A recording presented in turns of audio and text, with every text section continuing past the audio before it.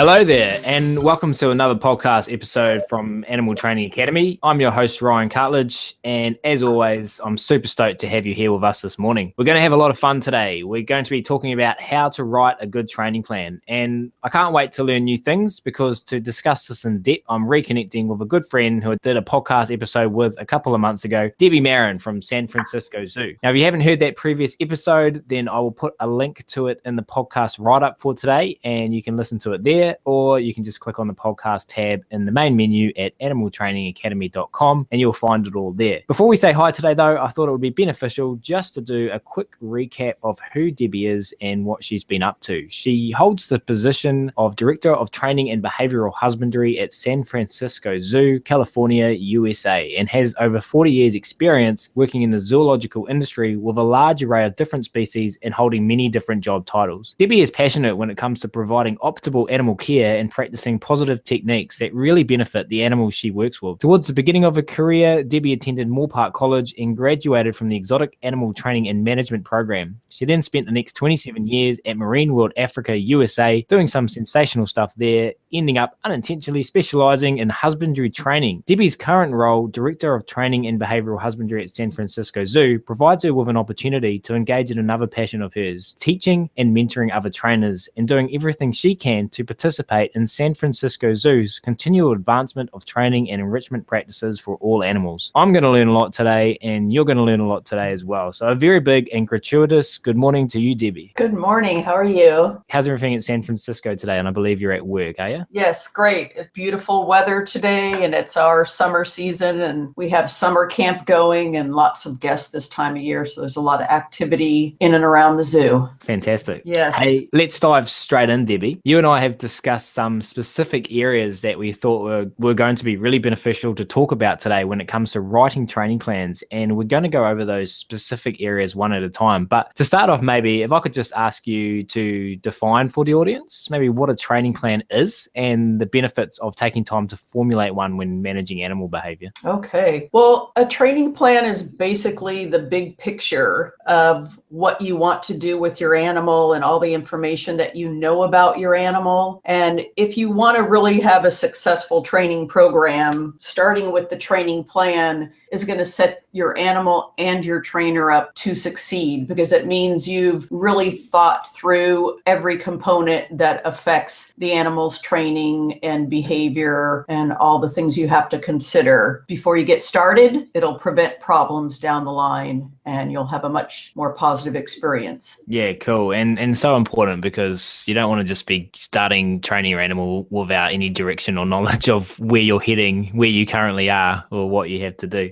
Our philosophy is every animal is an individual, and so they need an individual plan. If they were all the same, like a computer or a television, there'd be a guide on here's how you train this behavior. But because every animal is so different, they need that individualized plan to succeed. Yeah, great. Thanks for that, Debbie. And a great little overview of the importance of what we're going to be discussing today, and a nice little kind of takeaway definition for everyone there. And I like what you just touched on. So we'll move on to that topic that you just started to talk about then, that involves learning about your animal. Can you tell us a little bit more about this and about some of the important elements to consider when doing this part of your training plan? Yeah, so, if it's an animal you work with, you're going to know a lot about that animal already. For me, I am mentoring people and they know their animals or that species more than I do. So basically the way that it'll work out here is that if somebody comes to me and says, hey, I need help training the colobus monkeys for a certain behavior. If I haven't worked with that species before,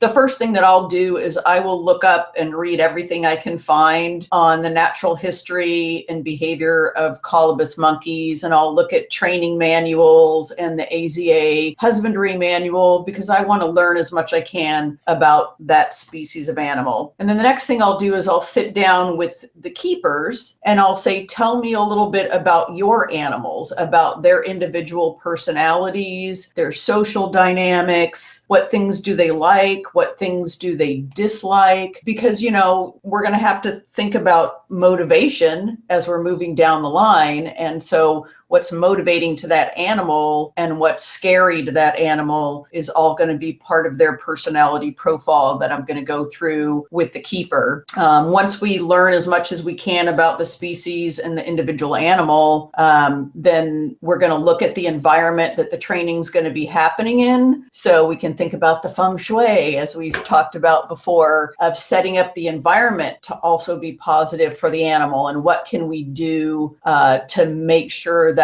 they're comfortable and happy and it's as in positive a place as it can be before we start the training. We're also going to look at who's going to be doing the training, because you want to have it with somebody that the animal has a good relationship with, especially if it's some kind of a medical cooperative behavior. You're not going to ask the animal to do the behavior with somebody they don't know or that they don't trust and have a negative response to. So there's so many little components that affect the animal training. You want to look at all of them, and then you're creating the most positive, successful approach. Great. And this is all being conducted before we even start to engage in the training process. Is that what you're saying? Correct. So the more you know before you start, you're having problem prevention and you're planning ahead. So if your animal's moving faster than you do, it doesn't get ahead of you. You know what your next step is going to be. And you're also setting your trainers up to succeed, because everybody's at a different level. So just like I want to make an individual plan and learn as much I can about the animal, I also want to learn as much as I can about the person doing the training. Are they a really experienced trainer? Have they trained this species before? Have they trained this type of behavior before? And so some people might need just a little bit of mentoring or a little tweaking on their plan, and some people might need a lot more observation and supervision or discussion to go through the plan to see if there's any areas that we want to tweak a little bit or add information to. Yeah, cool. And just for anyone who's listening who might be, say, working in a zoo and is in a team and wants to start to formulate improved training plans for their facility, we all talked about a number of things there: natural history, individuality, reinforces, punishes, personality. When we're formulating a training plan, Debbie, what advice can you give as to how to put this down onto a piece of paper?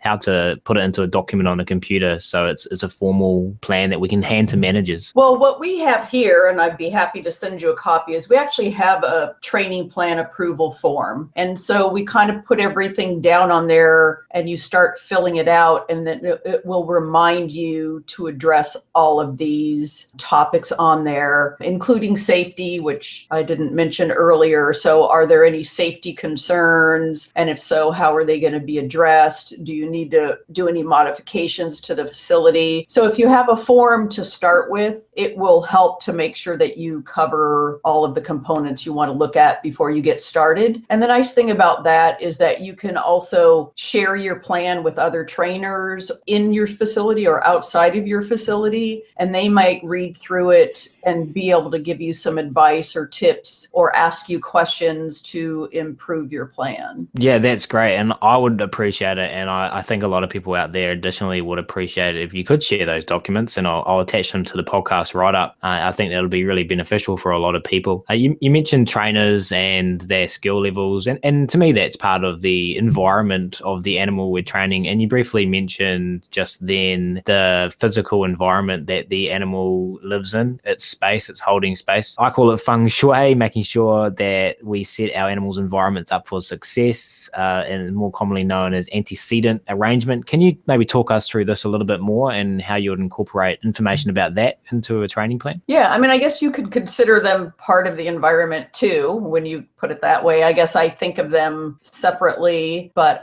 in a way they really are part of the same thing. I feel, like if I'm looking at the animal's environment and I want to go back there and look at it and say to the person who's used to caring for the animal and with my eye being fresh, are they comfortable in this environment? Is there anything in here that makes them uncomfortable or not wanting to be in this space? Then I want to be able to change it.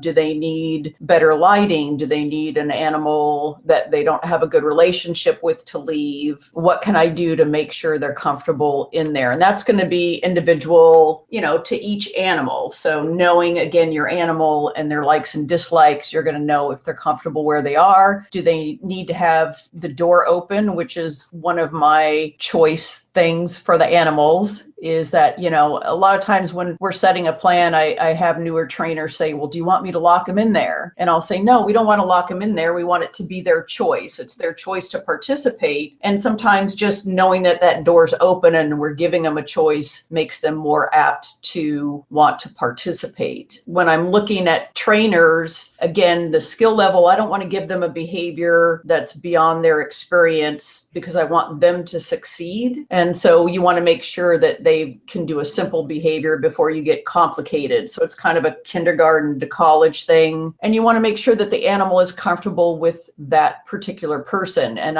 you watch animals with certain people and you can see that they have different relationships and different responses to different people that they interact with. And so we, again, are going to set them up to work with somebody that they're comfortable with on all of the behaviors. Yeah, that's beautiful. And just to add on there, just before we move on to kind of the next area that we highlighted, we wanted to talk about, can you maybe just go over a little bit more as well about environmental arrangement and working in an institution like yours? If you did have to change something in the environment, how does that involve other teams in the zoo, the building team, maintenance team, whatever you call it? Can you maybe go over a little bit about that? Yeah, so our zoo is very, very old. And so when this zoo was built, a lot of the facilities that I've worked in, people didn't really train animals back then. So there's nothing designed for training. When you look at a newer zoo or new facilities that are being added on now, they know that they're going to be doing training. And so they help design that into the new plans. So oftentimes when we go in there, we're like, well, how are we going to access this animal to do this behavior? And we know that we have to modify the facility somehow, whether it's an injection bench for the lions or a flap we open up to get a tail out to draw some blood. And so we will figure out how we can modify the exhibit, but that's not my skill set. So luckily for us, we have a maintenance department and we go through a work order system and we write up what we want to do and how we want to access the animal. And then they lend their expertise to maybe modify it and tell us how to accomplish our goal. And then they do the work to get that built for us or modified for us so that we can do our training. So oftentimes we can't progress without their help. Yeah, so a pretty important part of the training plan is kind of identifying those environmental arrangement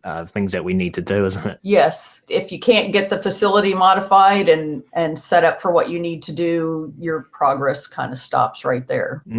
So pretty important to get that training plan and start to articulate these thoughts and feelings and identify everything you need moving forward. And one of the benefits of collecting all this information is assisting us in determining what's important to focus on when we start, and therefore setting goals and prioritizing our time and resources. Do you want to maybe please dive into this a little bit deeper for us, Debbie, the benefits of training plans and helping us prioritize and set goals? You want to look at each behavior and you want to look at the big picture. So you want to look at where's the program going to go down the line. And very importantly, you want to look at what does the veterinary staff want and what's going to benefit the animals. So you might have some training goals for things that you want to do that you think are going to be fun, but you also have to look at what's needed first. So usually when we're picking behaviors that we want, before we write how we're going to do the plan, we prioritize which behaviors are most important for the animal and how they might affect other behaviors down the line. So our vet hospital, usually,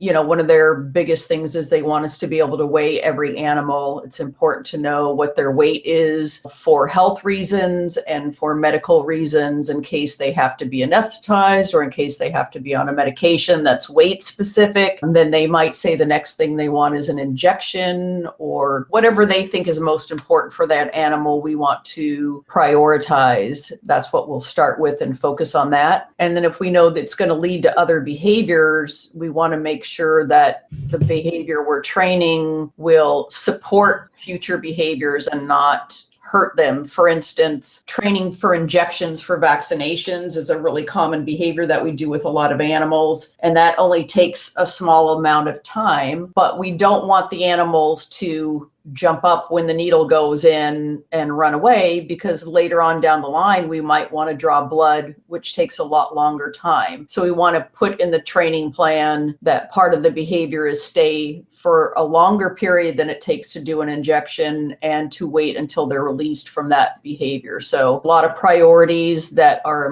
meshing together, and you got to look at all of them. Yeah, because say if you're a keeper out there and you're working with that species that you just mentioned, and you've got these cool ideas to do some training based around getting the animals to do behaviors on cue for public talks or visitor engagement or something, and the vets are saying no, but we need to do this, and you've kind of, if you write down all those behaviors in your training plan, you can look at all the behaviors you want to achieve and kind of choose what's most important for the animals, the visitors, for the team, and all that kind of stuff. Yes, and you can do more than one behavior at once and make it fun for the animals and for the trainers, but you definitely want to make sure that your focus is on the behaviors that you need the most or that the vet staff needs the most. Yeah, in my experience, and I'm curious to know if you have some of the experience, Debbie, because I find it happens quite regularly, is someone will come to me and say they want this behavior. They want to put a harness on an animal and take it for a walk around the zoo. But when we get down there, we realize that we need to do station training, target training. We need to build relationships, and we need to take quite a few steps back and work for all these behaviors before we get to those behaviors. And it's realizing by writing them down in a formal training plan, the amount and breadth of, like you said, behaviors we need to train to help us reach those end goals. Yeah, so that's a really good point. And that's why, the training plan is really beneficial too, because if your animal doesn't know anything and you have to condition a bridge and a target and a station to sit still and pay attention, that's your starting point. And so what the animal knows already is going to affect where you're starting with the new behavior. So I have some animals that may already know a bridge and a target and a station and a few other things. And so they're way far ahead of an animal who doesn't even know a bridge yet. And I have no way to communicate with the animal. So that's where I need to start. Yeah, perfect. So for those sitting out there, when you're writing your training plan, write down the list of behaviors, all the behaviors that you want to train, all the behaviors that you need to train, and incorporate those into your plan. Is that what you would suggest? You can write down all of them and then go, we're going to prioritize, like you said, and maybe start with the first three or the most simple or the most important. And again, the same with the animals, depending on what they know already, they're going to go kindergarten to college. You're going to start with a simple behavior before you try to do something more complex. So once the animals start the training game, as I like to call it, and they learn that it's fun and how the rules work, then you can get more behaviors and more complicated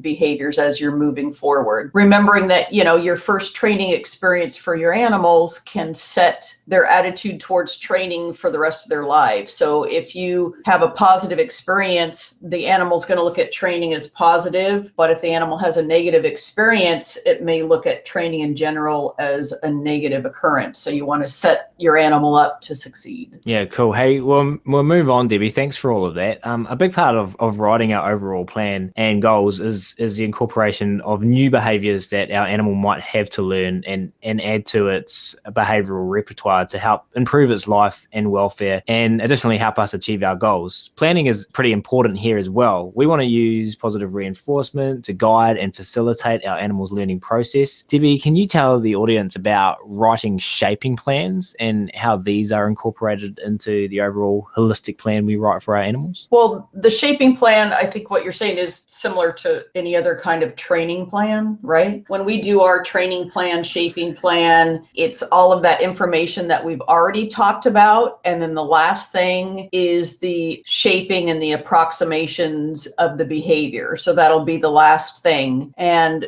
sometimes I'll write a lot of details, and sometimes I'll write a few less details. It will depend on who else is going to be learning from it and using it. It's a great starting point to have that shaping plan, but I also remind everybody that it's just a starting point, because once you get started, you might have to change your original plan depending on that two-way communication, the feedback you're getting from your animal of, is your communication clear, or is the step too big or too fast? So yes, you want to break that behavior down into the very small and easily achievable steps. So there are some pros to doing it, so you kind of know the way you're heading, but there are possibly also some cons in being too specific because it might limit your flexibility. Is that kind of what you're saying? Yeah, and people get stuck on, well, my plan says this, so I have to do this exactly, but you may need to change the plan that you originally wrote because it's not working out for your animal. So don't get stuck on it. One of my best examples is one of the first lions that I trained here. The reason I got to work with him is nobody wanted to work with him because he was deemed to be very aggressive and reactive and impatient. So I wanted to take on that challenge and help this animal out. And when I first developed a relationship with him and I taught him a bridge, and that was all great. When I came out with a target, he lunged and barked at me and got very aggressive. And I think that he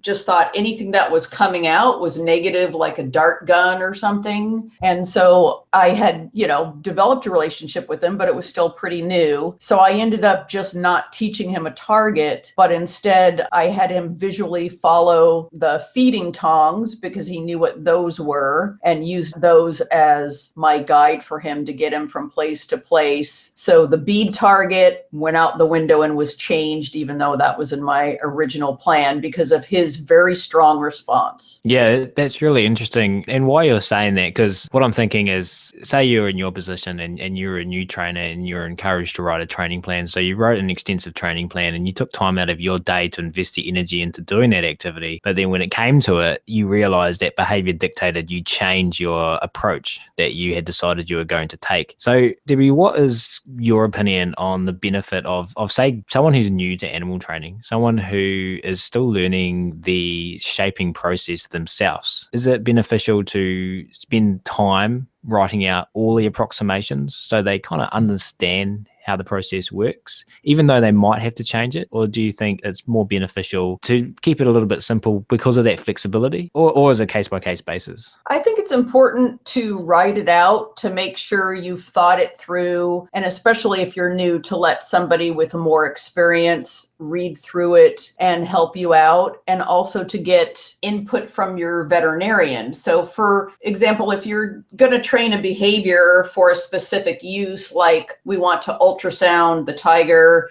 to see if it's pregnant. And if I don't know exactly how that procedure goes and what it entails, I'm not going to be able to properly train the behavior. So, if I think the only thing I have to do is teach the animal to lay down and touch it with a probe, and then the vet says no, but I will also need to get the animal's fur wet with alcohol, put gel on the probe, and I need them to hold for a minimum of 10 minutes, or I'm not going to be able to get a good image. If I only train without gel and alcohol and only teach my tiger to lay down for 1 minute, then the behavior is not going to be useful. So it's nice to write it out to make sure that you're really going to condition everything you need for that behavior to be successful. Right. And the long-term effect of doing that, even though it takes you time, is saving time in the future, right? Because writing this training plan, what you're doing is identifying all possible scenarios and all possible elements. And even though it takes time, it's going to save you time rather than investing lots of time into training that's ineffective, because you get to an end point and you realize you haven't thought about this or you haven't thought about that. Yes. And it will save you frustration. And I learned that early on because I'd had that happen to me where I thought I had completed a behavior,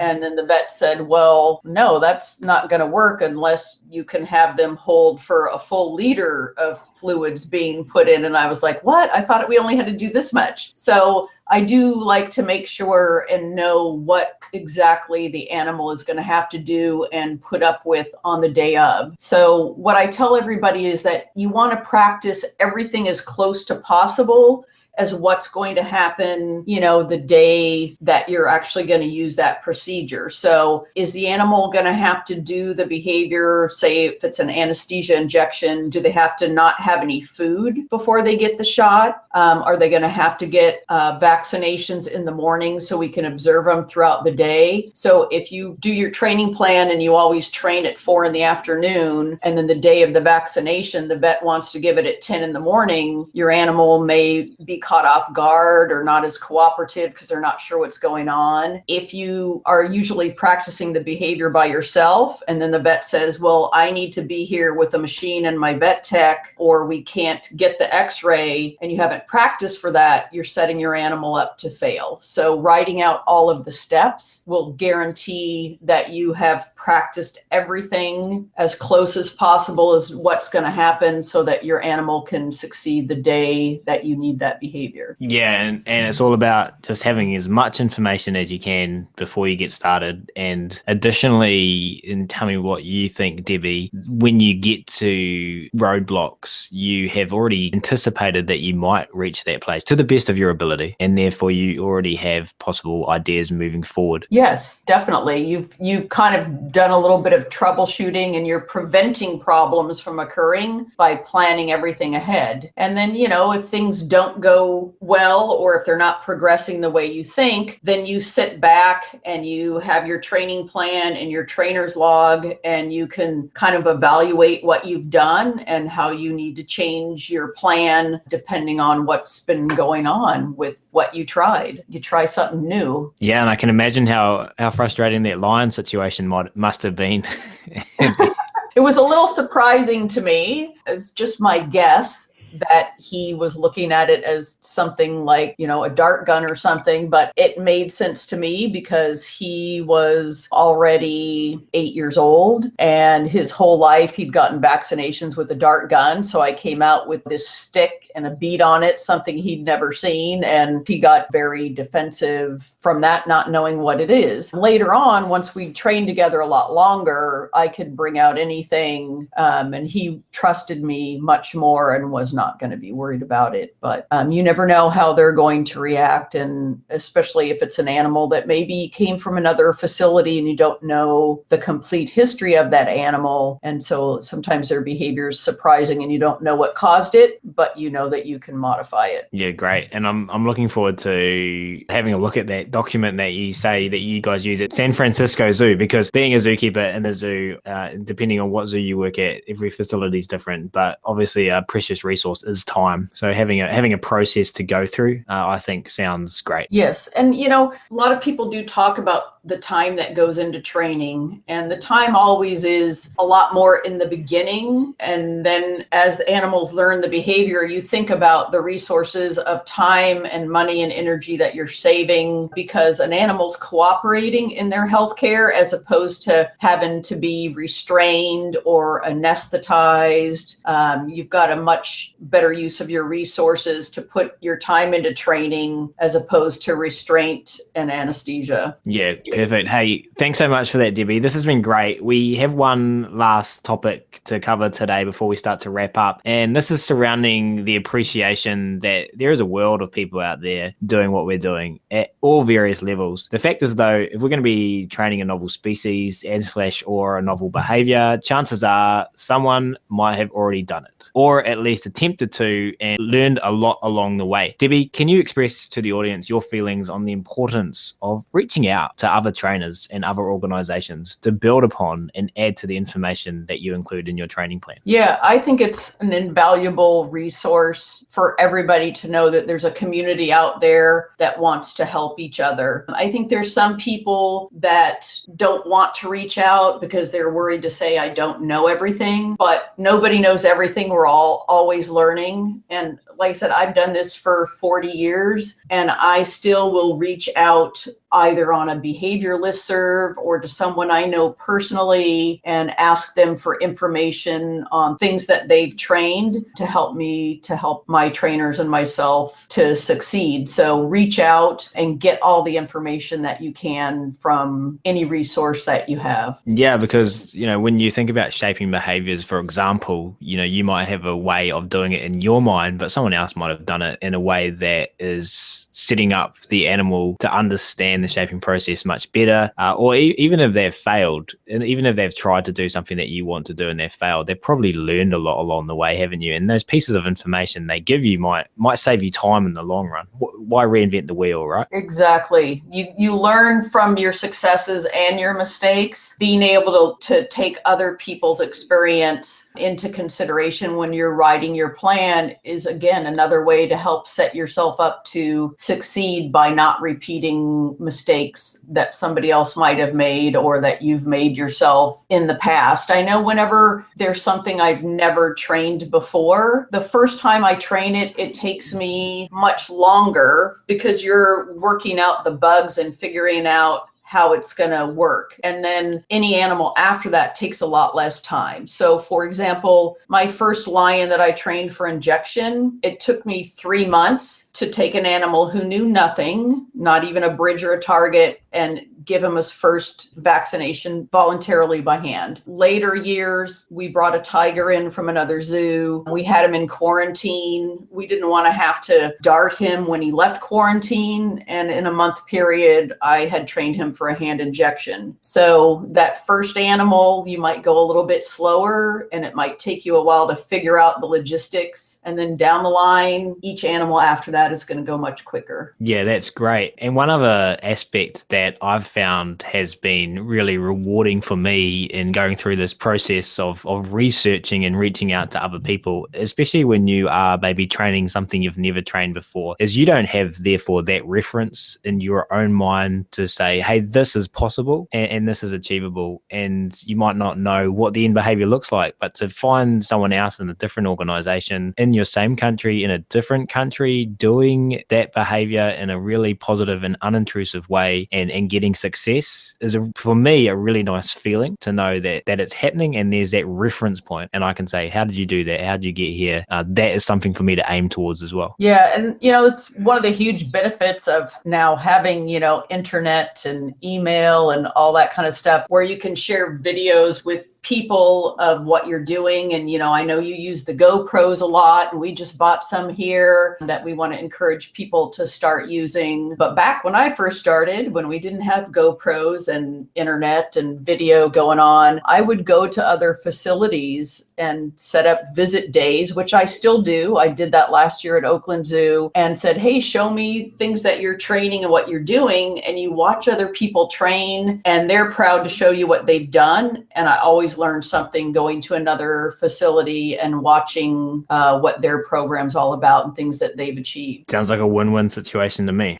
Yes, for sure. Hey, cool. Hey, we're reaching the end there. A pretty nice and short, I guess you could say, comprehensive view of how to write good training plans. We talked about learning about your animals, natural history, individuality, reinforcers, punishes, personality. We talked about considering your feng shui and your antecedent or environmental arrangement and the people that are additionally going to be training in their skill set and their relationship. We talked about setting goals and prioritizing what's important within the training situation you're working and the individual animal you're working and what they have to learn. We talked about writing shaping plans and being flexible, and then also about getting input from others. Is there anything else that you can think of, Debbie, that we can tag on the end there? That is a pretty nice picture that you're going to be painting for your specific situation before you get going. Yeah, well, thanks. I think just if you remember a few really important categories and then everything's going to fall into that, is that training is about a few really important things. It's really good communication. It's about really good motivation, and it's about having a good relationship with your animals. And then just remember to work safely and look at all of those components, and you'll have the big picture that works. Hey, that sounds great. And I'm just thinking on the spot, just before we wrap up, just to help everyone listening out there, Debbie's very kindly said she's going to share the process that her team goes through at San Francisco Zoo there. And I know you mentioned earlier on in the podcast, Debbie, about, I think it was AZA forums, maybe you touched on.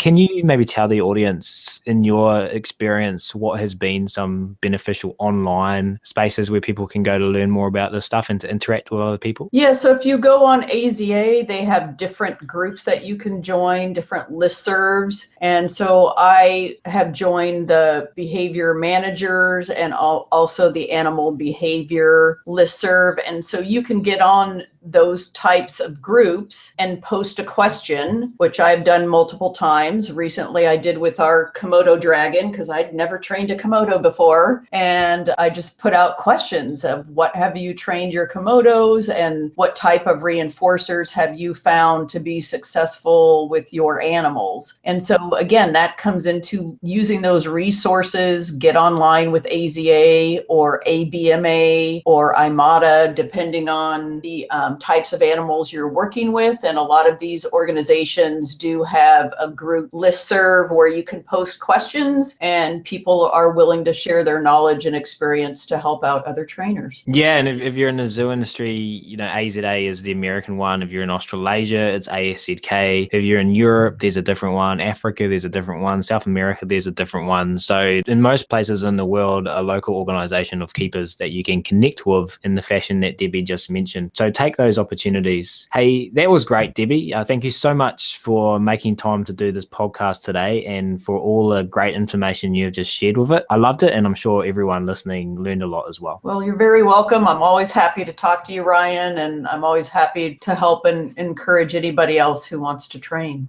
And we're very happy for you to do that too, Debbie. Hey, like I said at the start of the podcast, if you haven't already done so, then you can learn more about Debbie in a previous podcast episode her and I did together a couple of months ago. I'll put a link to that in the write-up for this episode, and you can also download other podcast episodes direct from animaltrainingacademy.com, or you can find me on iTunes as well. And we are fast approaching 2,000 downloads on the website. So a big thank you to everyone out there that is taking time to engage with and listen to this content. It's very much appreciated. You guys rock. Thank you so much. Before we wrap up, I also just want to quickly announce we are fast approaching Animal Training Academy's first year birthday. It was on the 11th of July 2015 that I released the first online course entitled The Recipe for Successful Behavior Management of Animals in Your Care. I can't believe it's been a year already, and I do have something special planned for that 1 year anniversary. I'm still pulling it all together, and I'm not quite ready to announce exactly what it is yet, but it's happening in July, so keep listening to find out more. The weekly email newsletter is the best way to stay in touch, and you can become a free Animal Training Academy member and receive those newsletters by hitting the register button on animaltrainingacademy.com, where you'll be the first to find out exactly what I have planned for the 1 year birthday celebration. Of course, as well, when you do that and you register, you receive the 15 lesson online training tidbits course for free as well, as my labor of love and special gift to you guys. So head over to animaltrainingacademy.com and I'll see you on the inside. And also leave your comments, guys. I've had such amazing feedback from you, the audience, and it's hugely reinforcing from my end to hear from you. Tell me if you like the podcast. Tell me if you didn't like the podcast. Leave a message. Tell me what behaviors and species you're training. Just send me a message and say hi. Let me know your favorite color. Whatever you want. It doesn't matter. I would love to hear from you. Once again, Debbie, it has been an absolute pleasure, and my beautiful audience will be back again soon. Bye for now.